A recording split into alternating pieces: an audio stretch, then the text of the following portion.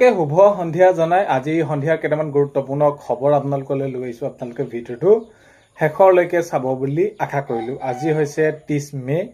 30 মে' সন্ধিয়া খবৰকেইটা আপোনালোকে শেষত চাই আপোনালোকৰ মন্তব্য কমেণ্টৰ জৰিয়তে জনাবলৈ নাপাহৰিব।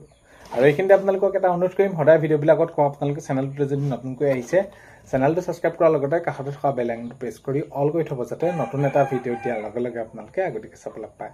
ভাল পালে ভিডিঅ'টো লাইক এটা কৰি দিব আৰু শ্বেয়াৰ কৰি দিব বুলি আশা কৰিলোঁ। এতিয়া আমি প্ৰথমটো খবৰ যদি চাওঁ, একশ্যন মুডত ৰঙানদী নৱৰ নিৰ্বাচিত বিধায়ক ঋষিৰাজ হাজৰিকা। তো এতিয়া তেওঁৰ যি নেকি সমষ্টিবাসীক সেইখিনি তেওঁক প্ৰতিশ্ৰুতি দিছিলে বা বিজয় হৈ অহাৰ পাছত তেওঁক যোনসমূহ কাম কৰিম বুলি কৈছিলে সকলোখিনি, যদি কোনোবাই তাত তেওঁলোকৰ সমষ্টিত অবৈধভাৱে কোনোবা বেদখল কৰি আছে সেইখিনি ক্ষেত্ৰত চকু দিয়াৰ সেইখিনি কথা তেওঁ মন্তব্য কৰি কৈছে।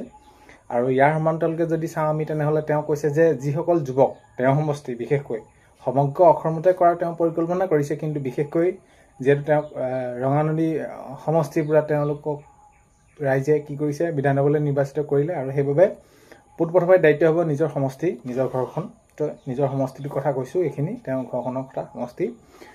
তো এইখিনি কি কৰা হ'ব, যিসকল যুৱক বাহিৰত আছেগৈ কৰ্মসূত্ৰে, যাতে তেওঁলোকক আনি একগোট কৰি এই অসমত তেওঁলোকক এটা সংস্থাপন দিব পাৰি, সেই ক্ষেত্ৰত পদক্ষেপ লোৱাৰ কথা ঋষিৰাজ হাজৰিকা ডাঙৰীয়াই মন্তব্য কৰিছে। আৰু এতিয়া যদি আমি চাওঁ, তেনেহ'লে যি অবৈধভাৱে সেই ৰঙানদী সমষ্টিত আছে সেই লোকসকল কোনোবা অবৈধভাৱে যদি আছে, তেনেহ'লে সেইখিনি উচ্ছেদ কৰাৰ কথাও ঋষিৰাজ হাজৰিকা ডাঙৰীয়াই মন্তব্য কৰিছে। নেক্সট খবৰ যদি আমি চাওঁ, হাটগাঁও থানাৰ আৰক্ষী বিষয়া জয়ন্ত ৰাজখোৱাৰ বিৰুদ্ধে কি কৈছে, তদন্তৰ নিৰ্দেশ। তেতিয়া যিটো ঘটনা হ'ল, এতিয়া যিটো ঘটনা হ'ল সেইখিনি তদন্তৰ নিৰ্দেশ দিছে আৰক্ষী উচ্চ পদস্থ সেইখিনি বিষয়াসকলে। তেনেদৰে তেওঁলোকে মন্তব্য কৰিছে যে বিষয়টো কি হ'ল প্ৰকৃততে, আৰু কেমেৰাত সম্পূৰ্ণ বন্দী হৈছে দৃশ্য, সকলোৱে দেখিছে আপোনালোকে। আৰু এতিয়া হাটগাঁৱৰ থানাৰ আৰক্ষী বিষয়া জয়ন্ত ৰাজখোৱাৰ বিৰুদ্ধে তদন্তৰ নিৰ্দেশ দিয়া হৈছে। নেক্সট খবৰ যদি চাই, তেনেহ'লে যিসকল ৰেচন কাৰ্ড আছে, ৰাজ্যবাসীৰ যিসকল 70 লাখ প্ৰায় হিতাধিকাৰী আছে, তেওঁলোকৰ বাবে বহুত বেছি এটা বেয়া খবৰ মানে কি, এতিয়া চাউলটো ফ্ৰীকৈ সকলোৱে পায়ে আহিছিলে, তাৰ সমান্তৰালকৈ সুলভ মূল্যত দাইল, চেনি, নিমখ এইখিনি দি থকা হৈছিলে 100 টকাত, পূৰ্বতে 120 টকা, তাৰপৰা 100 টকাত। তো এইখিনি আৰু নিৰ্বাচনৰ প্ৰাক্ষণত যদি আমি চাওঁ, তাৰ লগতে মিঠাতেল, চাহপাত, তো সকলোৱে মিলাই এইখিনি দিয়া কথা আছিলে। কিন্তু এতিয়া এটা কথা হ'ল যে যি মূল্য বৃদ্ধি বা আমাৰ যি ধৰণৰ এটা অত্যাৱশ্যকীয় সামগ্ৰীবিলাক প্ৰভাৱ পৰিছে, মূল্য বৃদ্ধি হৈছে, এনেকুৱা ধৰণৰ পদক্ষেপ এতিয়া যিসমূহ লোৱা হৈছে, এতিয়া যুদ্ধৰ বাবে আমেৰিকা ইৰাণৰ মাজত যিটো যুদ্ধ, তো এইখিনিক লৈ এতিয়া বিভিন্ন ধৰণৰ দাইলৰ পৰা আদি কৰি ৰন্ধন গেছ হওক, তো পেট্ৰল ডিজেল সকলো মূল্য বৃদ্ধি হৈছে। আৰু বিশেষকৈ এই বিষয়টো এইটো এইকাৰণে হৈছে যে বাজেট অধিৱেশন অনুষ্ঠিত হ'ব লাগিব আৰু বাজেটত আকৌ পুনৰ ধৰিব লাগিব। এতিয়া এই ৰাজ্যবাসী যি ৰেচন কাৰ্ড তেওঁলোকে লাভ কৰিছিলে, ৰেচন কাৰ্ডখনৰ বিনিময়ত তেওঁলোকে যিটো পাইছিলে দাইল, চেনি, নিমখ সুলভ মূল্যত, এতিয়াৰ পৰা আৰু অহা জুন মাহৰ পৰা সেইখিনি নাপাব। তো আগন্তুক সময়ত বাজেট নিৰ্ধাৰণ হ'ব লাগিব। বাজেটৰ নিৰ্ধাৰণ হ'লেহে আকৌ সেই তেওঁলোকে কেতিয়া পাব, কিমানকৈ পাব, বা আগন্তুক সময়ত কি দিয়া হ'ব, তো সকলোখিনি বিষয় উত্থাপন কৰা হ'ব। নেক্সট খবৰ যদি চাওঁ আমি, UCCক সমৰ্থন কৰি অসম গৰিয়া পৰিষদৰ সংবাদমেল। তেতিয়া অসম গৰিয়া পৰিষদে তেওঁলোকে সংবাদমেল সম্বোধন কৰিছে আৰু UCCক তেওঁলোকে সমৰ্থন কৰিছে। UCC আহিলে তেওঁলোকৰ কিখিনি লাভ হ'ব, তো এইখিনিও তেওঁলোকে মন্তব্য কৰিছে। মুঠৰ ওপৰত এতিয়া দেখা গ'ল অসম গৰিয়া পৰিষদে সংবাদমেল সম্বোধন কৰিছে UCC সন্দৰ্ভত। নেক্সট খবৰ যদি চাওঁ, শীঘ্ৰেই গোৱালপাৰা জিলাত চলিব উচ্ছেদ প্ৰশাসন।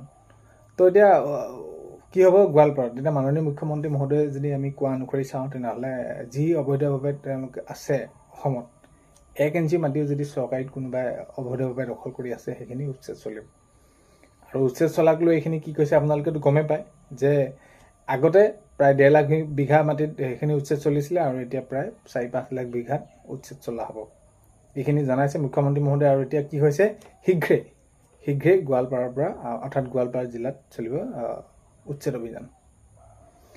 নেক্সট খবৰ যদি চাওঁ, ঢকুৱাখানাত আফ্ৰিকান সোৱাইন ফিভাৰৰ সংক্ৰমণ। তেতিয়া গাহৰি যিসকলে পালন কৰে, গাহৰিৰ সৈতে যিসকল ব্যৱসায় জড়িত হৈ আছে, তো তেওঁলোকৰ বাবে বহুত বেছি এটা বেয়া খবৰ। আকৌ পুনৰ যি আফ্ৰিকান সোৱাইন সেইখিনি ফিভাৰ, তো আকৌ সেইখিনি অহা দেখা গৈছে। গাহৰি পালকসকল যিসকলে গাহৰিৰ সৈতে জড়িত হৈ আছে ব্যৱসায়ৰ সৈতে, তো তেওঁলোকৰ বাবে বহুত বেছি বেয়া খবৰ। তো এই ক্ষেত্ৰত আৰু যে কিয় হ'বলৈ পাইছে বা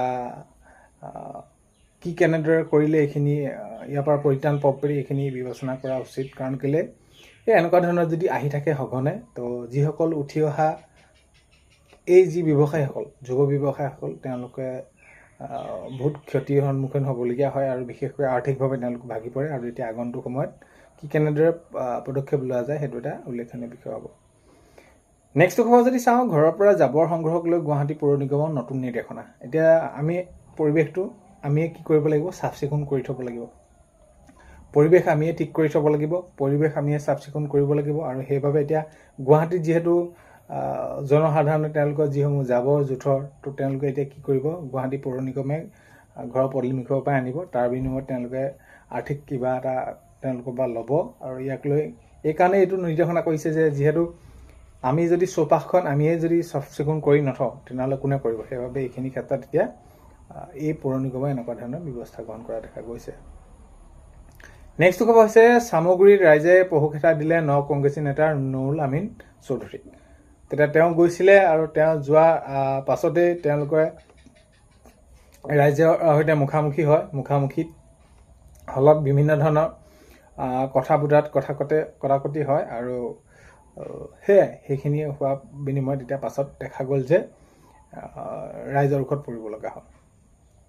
নেক্সট খবৰ যদি চাওঁ, আমি আজি 4 দিনীয়া ভ্ৰমণসূচীৰে নতুন দিল্লীলৈ মাননীয় মুখ্যমন্ত্ৰী মহোদয়। যিহেতু এতিয়া মন্ত্ৰীসভা সম্প্ৰসাৰণ হ'বলৈ গৈ আছে আৰু এই বিষয়ে তেওঁলোকে দিল্লী সেইখিনি তেওঁলোকৰ লগত গৃহমন্ত্ৰী হওক, ডাঙৰীয়া হওক, প্ৰধানমন্ত্ৰী ডাঙৰীয়া হওক, এই সকলোখিনি তেওঁলোকৰ লগত একগোট হৈ যে আগন্তুক সময়ত এই যি মন্ত্ৰীসভা লগে এইখিনি আলোচনা কৰিবলৈ যোৱা দেখা গৈছে। আৰু ইয়াক লৈ এইখিনি পুনৰ ঘূৰি আহিব 2 তাৰিখে মাননীয় মুখ্যমন্ত্ৰী মহোদয় অসমলৈ। জালুকবাৰীত চলিল উচ্ছেদ অভিযান। জালুকবাৰীত যি ৰেলৰ মাটিত কোনোবাই অবৈধভাৱে দখল কৰি আছিল সেইখিনিত উচ্ছেদ চলা দেখা গ'ল। আৰু উচ্ছেদৰ কথা কৈছে যে কোনো য'তেই নহওক, চৰকাৰী মাটিত যদি কোনোবা দখল কৰি আছে সেইখিনি উচ্ছেদ চলিব আৰু উচ্ছেদত কোনো ধৰণৰ ৰেহাই দিয়া নহ'ব। এতিয়া তেওঁলোকে যিসকল তাত বসবাস কৰি আছিল তেওঁলোকক উচ্ছেদ কৰাৰ পাছত এতিয়া বহুতখিনি এতিয়া তেওঁলোকৰ কি হৈছে, ক্ষয়ক্ষতি হৈছে, কাৰোবাৰ থাকিবলৈ জেগা নাইকিয়া হৈছে। এইটো এনেকুৱা ধৰণৰ এটা পৰিস্থিতি, অভাৱনীয় এটা পৰিস্থিতি হোৱা দেখা গৈছে। তো আজি 30 মে সন্ধিয়া খবৰ এইকেইটা আপোনালোকক জনালোঁ। ভিডিঅ'টো আপোনালোকে শেষলৈকে চোৱাৰ বাবে বহুতেই বেছি ধন্যবাদ। আগন্তুক সময়ত আপোনালোকক নিশ্চয় ভাল ভাল খবৰসমূহ দি যাবলৈ চেষ্টা কৰিম। তো এইখিনিতে আপোনালোকক ভিডিঅ' প্ৰথমতে কোৱাৰ দৰে চেনেলটোলৈ যদি আপোনালোক নতুনকৈ আহিছে, চেনেলটো ছাবস্ক্ৰাইব কৰাৰ লগতে কাষতে থকা বেল আইকনটো প্ৰেছ কৰি অল কৰি থ'ব, যাতে নতুন এটা ভিডিঅ' দিয়াৰ লগে লগে আপোনালোকে আগতীয়াকৈ চাবলৈ পায়। যদি ভিডিঅ'টো চাই ভাল পায় লাইক এটা কৰি দিব আৰু শ্বেয়াৰ কৰি দিব বুলি আশা কৰিলোঁ। আজিলৈ ইমানেই। আজি 30 মে সন্ধিয়া খবৰ এইকেইটাই জনালোঁ। অন্য এটা ভিডিঅ'তে লগ পোৱা আশাৰে